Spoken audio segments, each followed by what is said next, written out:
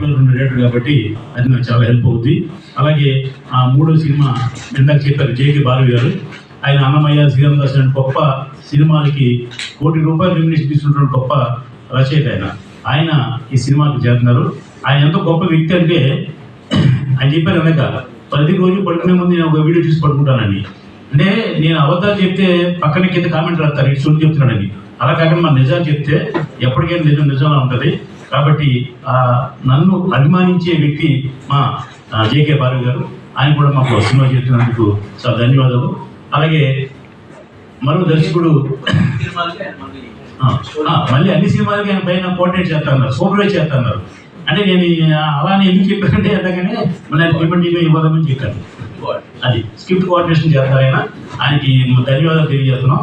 అలాగే నెక్స్ట్ మా ఉదయ్ భాస్కర్, నాతో వాసవి వైభవం, విజేత లాంటి, అమ్మకు ప్రేమతో లాంటి ఒక 5 సూపర్ హిట్ సినిమా చేసిన మంచి దర్శకుడు మా ఉదయ్ భాస్కర్. ఆయన కూడా ఈ సినిమా చేస్తున్నారు. ఈ ఓటు గారిని 2 సినిమాలు చేస్తున్నారు. కానీ ఈ 15 మంది స్కీమ్లో 15 మందికి ఛాన్స్ ఇవ్వాలి కాబట్టి ఒక సినిమా చేయండి సార్ అని చెప్పడం జరిగింది. ఆయన టాపర్ అని ఒక గొప్ప కథ రాస్తున్నారు. మెడికల్ మాఫియా మీద సబ్జెక్ట్ అది, ఒక టాగూర్ లాంటి కథ అది ఆయన చేతితో నోటితో ఆయన అనౌన్స్ చేస్తారు.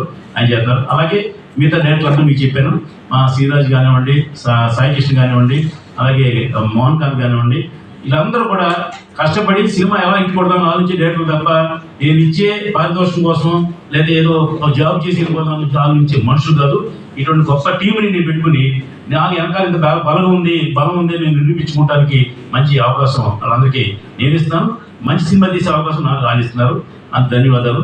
ఇక ఈ రోజున ఈ కార్యక్రమంలో కేఎల్ స్టూడియో గురించి ఎందుకు చెప్పానంటే, కేఎల్ స్టూడియో పెట్టి 4 సంవత్సరాలు 5 సంవత్సరాలు అయింది.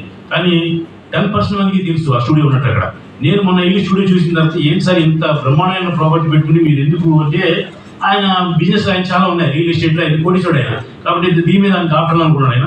కాదండి మీ కేఎల్ స్టూడియోకి నేను బ్రాండ్ అంబాసిడర్ని. మీ సినిమా 365 days ఫుల్ అవ్వాలి సినిమా థియేటర్ మీ స్టూడియో. దానికి మీరు ఏం చేయాలంటే, పెద్ద సినిమాకి ఏమి అక్కడ మీరు చేయట్లేదు, చిన్న సినిమా చిన్న సపోర్ట్ చేయండి. ఒక 10%, 25% సినిమాని బట్టి డిస్కౌంట్ ఇవ్వండి చాలు. మీరు ఫ్రీగా ఇవ్వలేదు, డబ్బులు పెట్టుకునేటక్కర్లేదు అని చెప్పడం ఆయన మోటివేట్ చేశాను. ఆయన సినిమా తీస్తున్నారు. మీరు ఉన్నాడు సార్ సినిమాలు తీద్దు, కానీ మీరు సినిమా తీస్తే మళ్ళీ మీరు మాకు కనబడరు.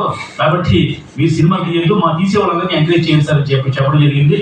ఫస్ట్ మీటింగ్లోనే ఆయన నన్ను కాగలించుకుని లేదు మీకు నేను చెప్తాను, మీరు ఎవరిని రికమెండ్ చేయండి, నేను రెజ్యూమల్ పెట్టి నేను కన్సెస్ట్ ఇస్తాను. నేను ఇదేమి లేదు, మనం ఇండస్ట్రీలో ఉన్నాం కాబట్టి మన ఇండస్ట్రీ కూడా సర్వీస్ చేయాలని ఉద్దేశంలో ఆయన ముందుకు వచ్చారు.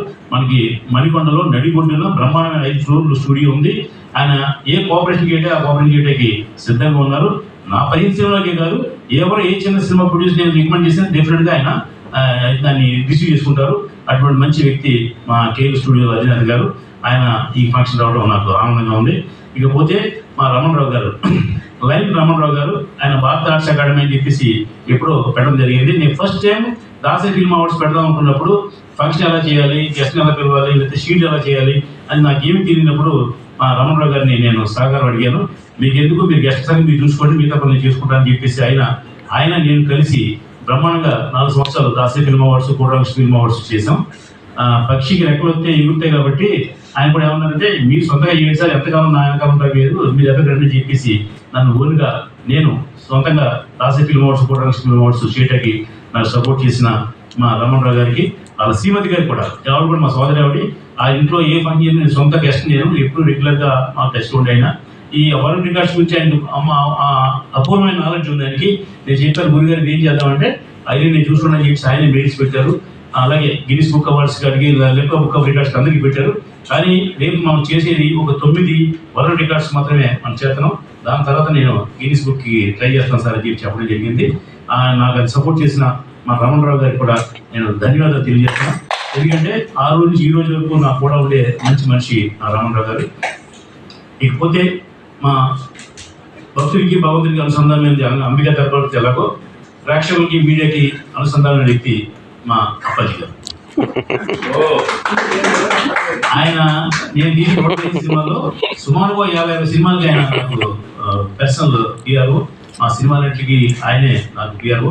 ఎందుకు పిఆర్ఓ అపమానం మార్చడం అంటే, నా యాటిట్యూడ్ ఆయన తెలుసు, ఆయన యాటిట్యూడ్ నాకు తెలుసు. మనకి కావాల్సింది ఏ చిన్న ప్రమోషన్ చేసామో ఆ ప్రమోషన్ ఏం చేసామో మళ్ళీ నాకు వెనక్కి పంపించి పలానా దాంట్లో పడిందని పూర్వం ఆంధ్రజ్యోతిలో పేపర్ యాడ్ అయితే ఆంధ్ర నుంచి ఎవడో ఫోన్ చేసేవాడు, సార్ మీ పేపర్ యాడ్ చూశానండి. ఇప్పుడు ఎవరు చూసేవాడు లేడు, పట్టినవాడు లేడు, మళ్ళీ మనమే కటింగ్ చేసి అందరికి పంపాల్సి వస్తుంది.